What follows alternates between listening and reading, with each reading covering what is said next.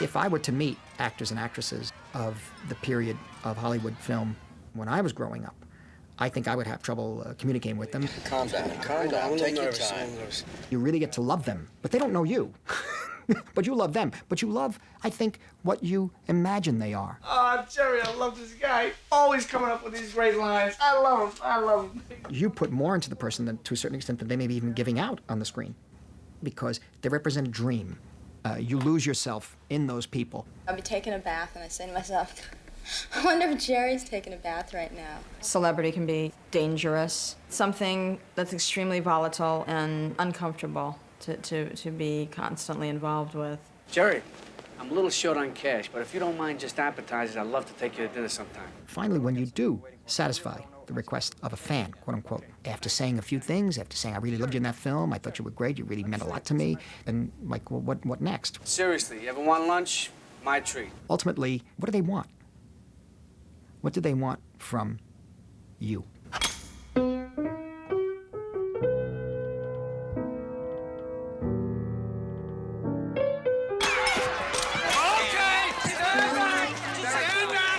I was given the script by Robert De Niro, I think around 1974. And I knew Paul Zimmerman through having been interviewed by Paul.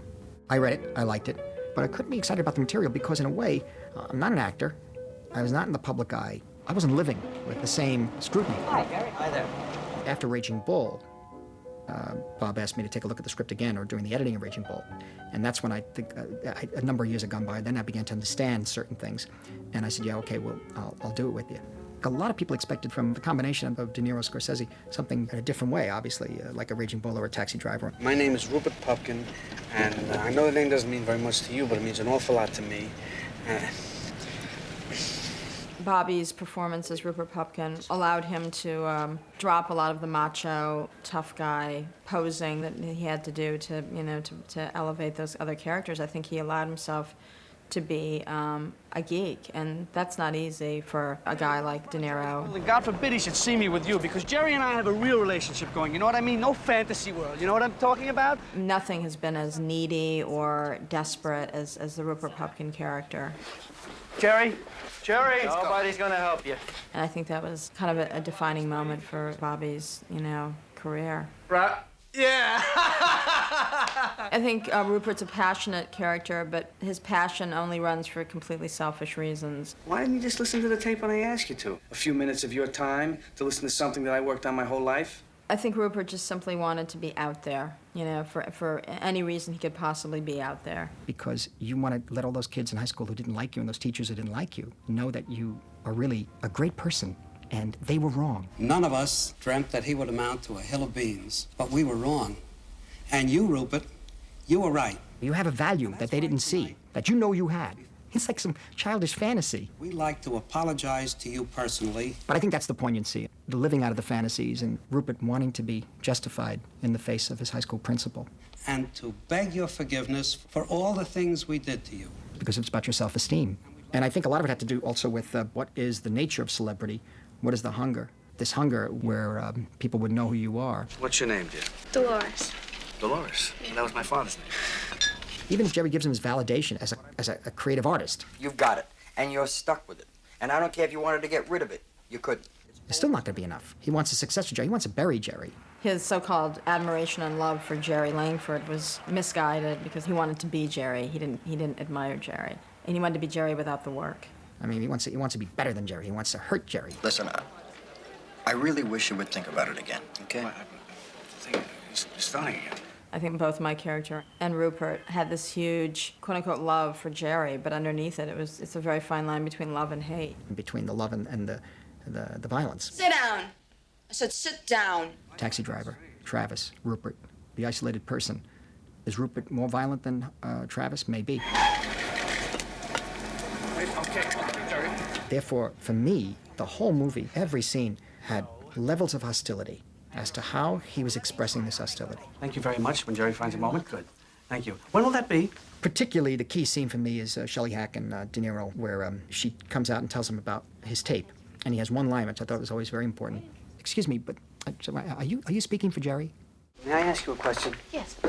Are you speaking for Jerry? Because that's a pretty hostile line. That means, like, who the hell are you? You don't know what goes on between Jerry and me. You're just a lackey. I don't have faith in your judgment. Well, I'm sorry that you feel that way. And Shelley's great. She's doing her job. And she's also doing something very good for him. Who is he? He just came in the guy's car one night. He just jumped in the car. Why should she even have to look at a tape? And we mean it when we tell you that you can call us when you start working, all right? Goodbye. Goodbye. But it's a very moving thing, particularly when the security guard comes to take him out. I'm waiting for Jerry. It's personal. We'll talk about that outside. Please, sir, take your... I know he's expecting me.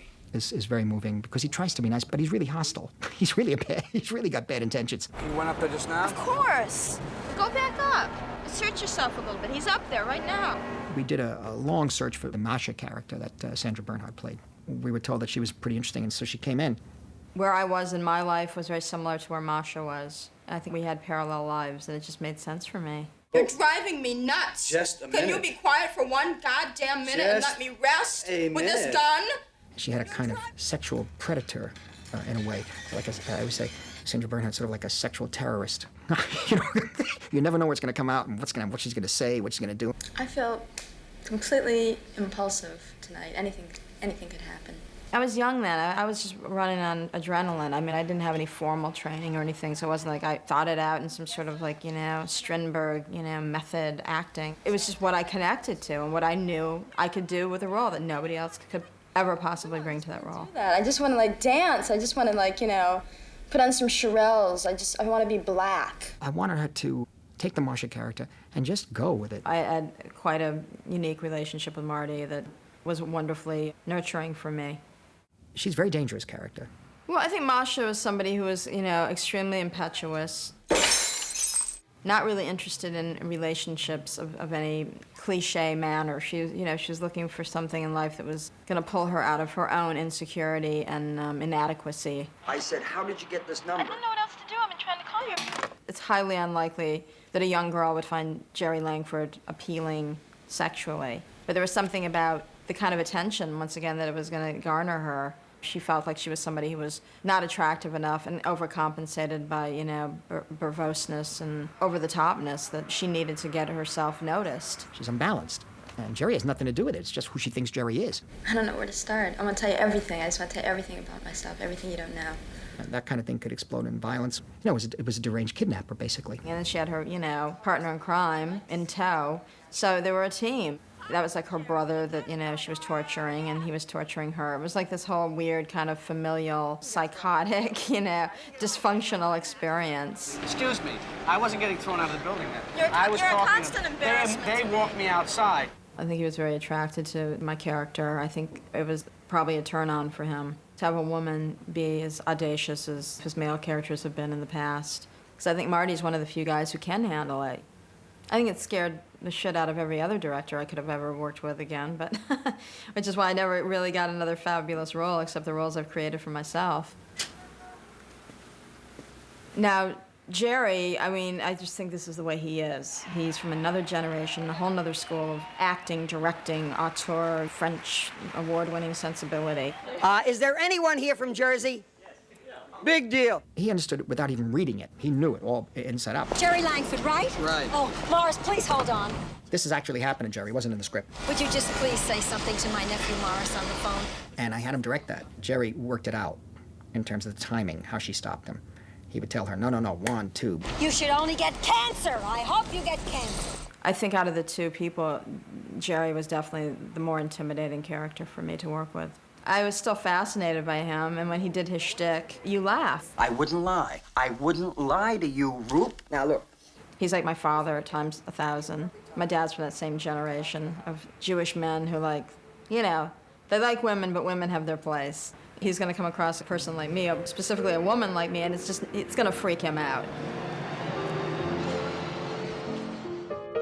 And you couldn't have cared less about me. Am I going to stand here holding this thing till next Shavuos? You going to make some decisions here? You going to make some moves? You going to knock off the talking for 2 minutes? Marty wanted improvisation in the film. He wanted it to have the feeling of urgency and immediacy that you don't get from the word on the page. I think it was 90% of the reason I was hired for the role. I can just walk in and do it, and make it seem like it's real. Masha, do you want one? Yeah, I'd love one, but please save it. It's a little bit inconvenient at the moment. Thank you. For me, it was interesting. It was a comedy of manners. excruciatingly embarrassing situations, particularly when he shows up at Jerry's house. How are you? We were just freshening up upstairs. Some of that was improvised. And what's interesting there is again, what does he want from Jerry? Anyway, I brought the work. It's right here, all ready and set to go. So, where is everybody? What, everybody? Because there were so many aspects of it. A gesture would say, oh, that's very interesting. That means that, look at that language, that body language. I have my arms like this. That means, I'm in a defensive position. That's interesting. What if we do it that way? Let's get to work on that after we work on this, of course. How did you get here? If it's so tightly woven that there's no room to, like, explode, which is what happens in those situations naturally, you have to be able to improvise to make that happen. If I didn't tell you that, we'd still be standing on the steps at my apartment. Yeah, all right, so I made a mistake. So did Hitler. And it just worked. I mean, because, these guys were open to it. Especially with the wonderful actor, Kim. And you better come back. He's touching everything, He's ruining the house. They're like violation. Yeah, I'm going to get a heart attack. And hey, I'm getting a heart attack already. He really felt it, Kim. Kim was great. What's wrong? Everything's wrong. Jerry and he had a good time working together. We even left in the scene where he couldn't open the door. And Jerry started yelling at him, so the door got stuck. You can open the goddamn door. Mr. Lanford. Standing up there 8 minutes. What was with the door? It took 5 days to shoot that sequence alone. John, lock that door. You did good, Mr. Lanford. Thank you. Even to the extent of working with non-actors. Rupert, who are you talking to? Mom! What is it? Who's played by my mother, by the way, off camera. It's the only time I ever saw De Niro crack up in a scene. He couldn't continue. He started laughing, and I thought something was wrong. He had turned around, and his shoulders were moving like this. I said, what's he doing? What's interesting? When he turned back, I could see he was trying to... he couldn't keep it straight. Rupert Pupkin, the new king of comedy. Rupert! Are you crazy? What's the matter with you? Ah, People are sleeping. She was to have no idea, my mother had no idea anyway, of him rehearsing with Jerry down there, and she's wondering who he's talking to, what's he doing, come up and eat. Rupert, the bus is here. It's early. Try to be on time for once. And she was treating him just like one of Marty's friends. No, this is, this is one of the greatest actors in the world, We're doing something, okay? But that's exactly what the scene needed. We didn't realize. I don't mind you playing it, but lower it. Each scene had to have a humor to it, even though it was dealing with these realistic overtones. I should say unpleasant, ugly overtones. And I think you could see that really in the scene with Jerry, where Jerry's tied up. Let's just take everything off the table and do it right here. Which that would blow your mind, wouldn't it? It would blow my mind. I've never done anything like that before. I never even had anybody over for dinner, let alone made love on the table.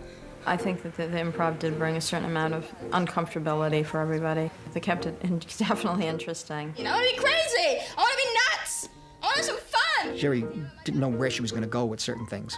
That's right. Having some fun. Never had this much fun before. What could he do? He's stuck there. She would do, what? He didn't know what she was going to do. I can't believe I'm going to kiss you.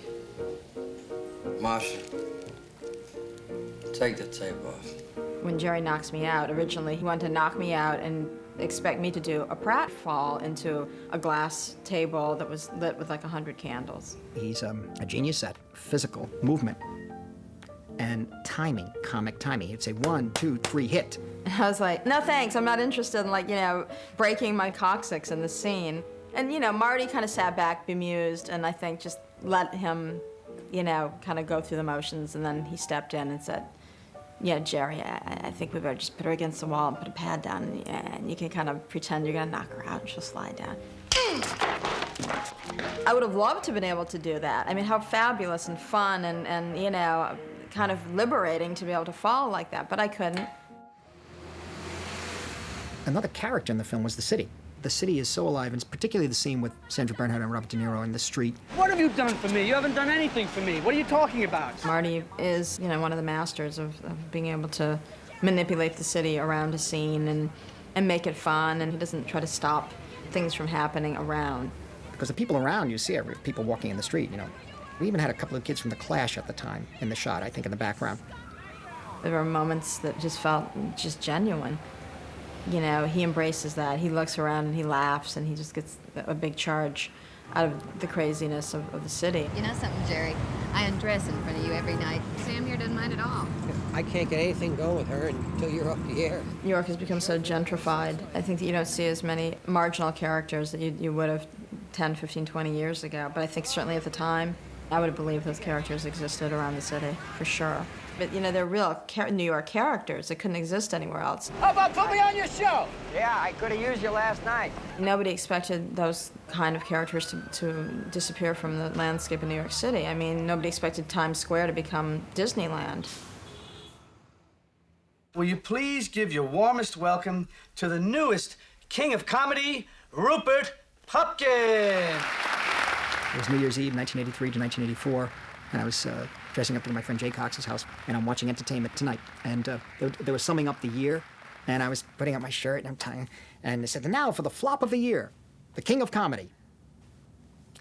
And I said, oh, okay. So The King of Comedy ended a certain era of filmmaking. I think it was the last really great film about culture. the industry had changed, and the day of the personal film was gone, and so it was sort of the end, in a way. And I don't think a film like King of Comedy could ever be made today. But look, I figure it this way. Better to be king for a night than schmuck for a lifetime. I would never refer back to Andy Warhol's cliche, but a combination of that and King of Comedy, I think, were the two most cutting-edge views into the future about the media and about television and celebrity. It had a foresight and an insight to culture, into television, into the media, that it would become a monster, a self-serving entity. Rupert Pupkin, ladies and gentlemen, let's hear it for Rupert Pupkin. But I think what we have now in our culture is something much sleazier and less passion-driven. It's just like, I'm gonna rip my blouse off and show you my tits. You know, it's more of that kind of thing. And you're gonna love me, I'm gonna make $1 million, and then I'll just go in some corner and cry because I'm gonna be all lonely. I mean, it's just like, I wish it was that interesting.